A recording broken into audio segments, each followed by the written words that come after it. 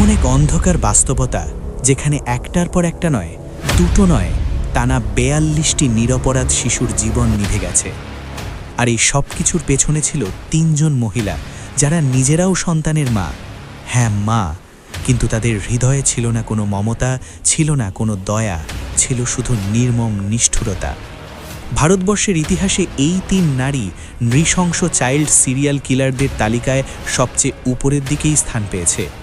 একটি দুধের শিশুকে টুকরো টুকরো করে ব্যাগে ভরে সেই ব্যাগ নিয়ে সিনেমা হলে বসে থাকা, কিংবা ধরা পড়ার ভয়ে একটা নিষ্পাপ শিশুকে ইলেকট্রিক পোলের সাথে আছড়ে মারা, এই ঘটনাগুলো কোনো কল্পকাহিনী নয়, এগুলো বাস্তব। আর সবচেয়ে ভয়ঙ্কর বিষয় হলো, এই সব কিছু করার পরেও তারা সমাজের চোখে ছিল একেবারে স্বাভাবিক, ভদ্র, সাধারণ মানুষ। আজকের এই ভিডিওতে আমরা জানব আঞ্জনা বাই, রেণুকা এবং সীমার সেই অন্ধকার গল্প, যারা দেখতে ছিল একেবারে সাধারণ গৃহবধূর মতো, কিন্তু তাদের হাতেই খুন হয়েছে ৪২টি নিরপরাধ শিশু। টানা ৬ বছর ধরে একটার পর একটা অপরাধ করে গিয়েও তারা কোনো সন্দেহ ছাড়াই মানুষের মাঝে মিশেছিল। প্রশ্নটা এখানেই, কিভাবে সম্ভব হলো এটা? কেন তারা শুধু শিশুদেরই টার্গেট করত? আর শেষ পর্যন্ত কিভাবে ধরা পড়ল এই ৩ জন? এই গল্পের শুরু ১৯৭০-এর দশকে। আঞ্জনা বাই এক ট্রাক ড্রাইভারের প্রেমে পড়ে নাসিক থেকে পুনেতে পালিয়ে আসে। সংসার করার স্বপ্নে ১৯৭৩ সালে জন্ম দেয় নিজের প্রথম সন্তান রেণুকার। কিন্তু কিছুদিনের মধ্যেই সেই ট্রাক ড্রাইভার তাদের ফেলে রেখে পালিয়ে যায়। একদিকে কোলে ছোট্ট মেয়ে, অন্যদিকে পেটে ক্ষুধা। এই কঠিন বাস্তবতার মুখোমুখি হয়ে আঞ্জনা বাই চাইলে হয়তো সৎ পথে কাজ করতে পারত, কিন্তু সে বেছে নেয় শর্টকাট, চুরি। শুধু নিজে নয়, ছোট্ট রেণুকাকেও সে শেখাতে শুরু করে চুরির কৌশল। এরপর তার জীবনে আসে মোহন গাভি, একজন অবসরপ্রাপ্ত আর্মি অফিসার। তারা বিয়ে করে এবং জন্ম হয় দ্বিতীয় সন্তান সীমার। কিন্তু বিয়ে, সংসার, সন্তান কিছুই বদলাতে পারেনি আঞ্জনা বাইকে। চুরি চলতেই থাকে। একসময় তার এই আসল চেহারা প্রকাশ পেয়ে যায়, আর মোহন গাভি লজ্জিত হয়ে তাকে এবং তার ২ সন্তানকে ছেড়ে চলে যায়। আবারও অনিশ্চয়তা, আবারও অভাব। আর এই অবস্থাতেই আঞ্জনা বাই তার ২ মেয়ে রেণুকা এবং সীমাকে পুরোপুরি চুরির জগতে টেনে নিয়ে যায়। সময় গড়ায় ১৯৮৯ সালে রেণুকার বিয়ে হয় কিরণ সিন্ডে নামের এক ব্যক্তির সাথে।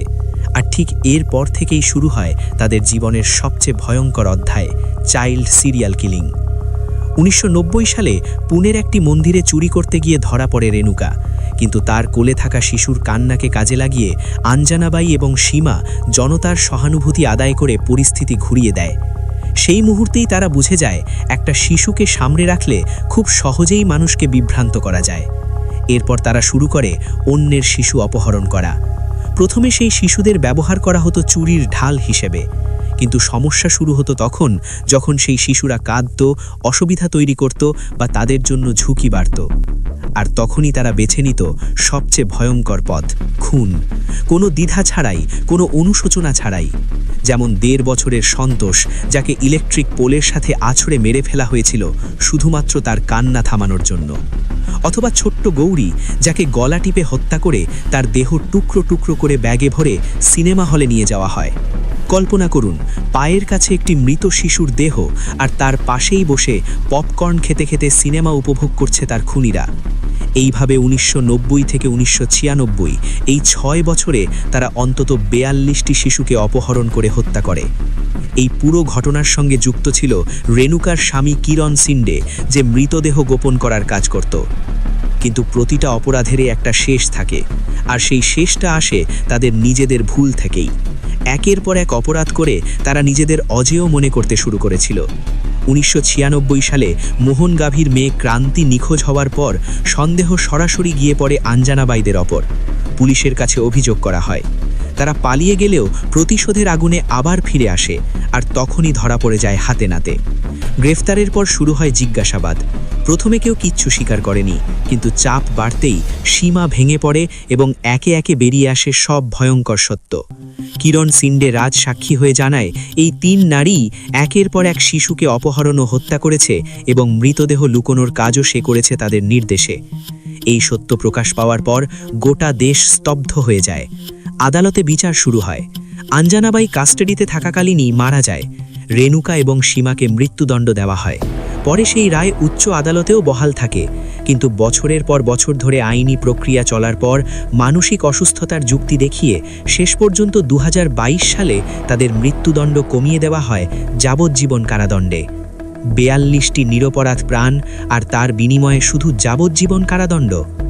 এই কারণেই হয়তো বলা হয়, justice delayed is justice denied. এই গল্পটা শুধু একটা অপরাধের গল্প নয়, এটা একটা প্রশ্ন, একটা সতর্ক বার্তা, মানবতার সবচেয়ে অন্ধকার দিকের প্রতিচ্ছবি। ভিডিওটি যদি আপনাদের ভাবতে বাধ্য করে, তাহলে অবশ্যই আমাদের চ্যানেলটি সাবস্ক্রাইব করুন আর কমেন্ট করে জানান পরবর্তী ভিডিওতে আপনি কোন ভয়ঙ্কর সত্য ঘটনা জানতে চান।